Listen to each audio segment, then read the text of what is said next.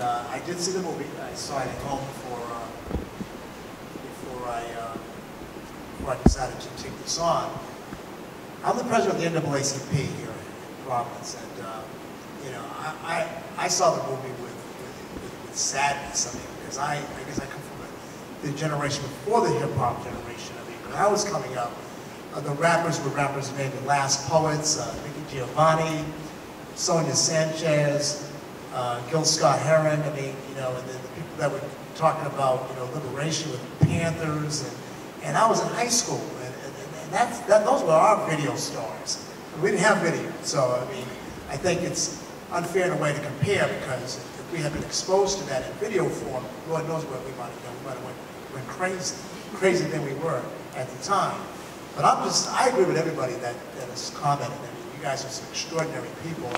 Unfortunately, not representative of the young people that are out there. They really are more victims in terms of the understanding of what's going on. There isn't any independent, labels anymore.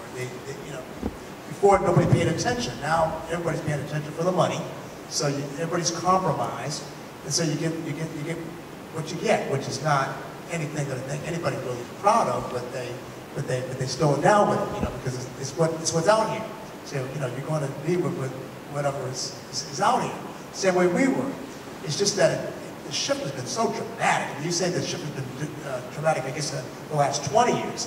Well, to me, going back 40 years, thinking about how women, if you swore on a record, that record wouldn't be popular. You call somebody a bitch or a hoe, you couldn't make any money on a record. That was, I mean, there were love music. I mean, stylistics, Blue Magic. I mean, you just say women tolerated a certain, kind of behavior in music that if you violated that, you were not going to make no money. And it seems like that's a big difference that I see. The fact that, women kind of accept, well, I know women, they don't drive all the sales. And in fact, black people don't drive all the sales from the video. But, when I was coming up, it seemed like women controlled the tempo of what was acceptable and not acceptable.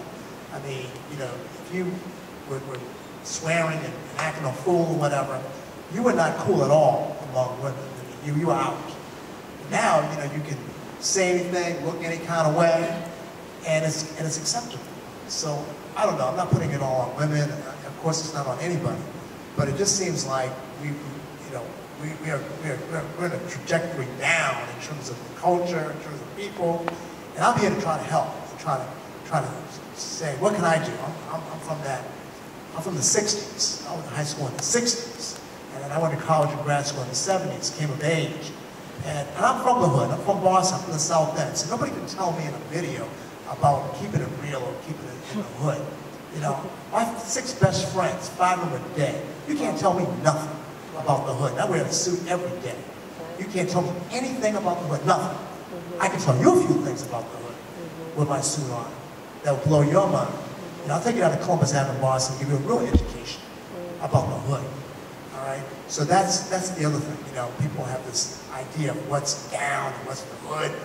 My parents, some of the most down brothers are some of our most established people, like Dr. Benjamin Carson, who went to Yale Medical School and is the #1 neurosurgeon, brain neurosurgeon in the world.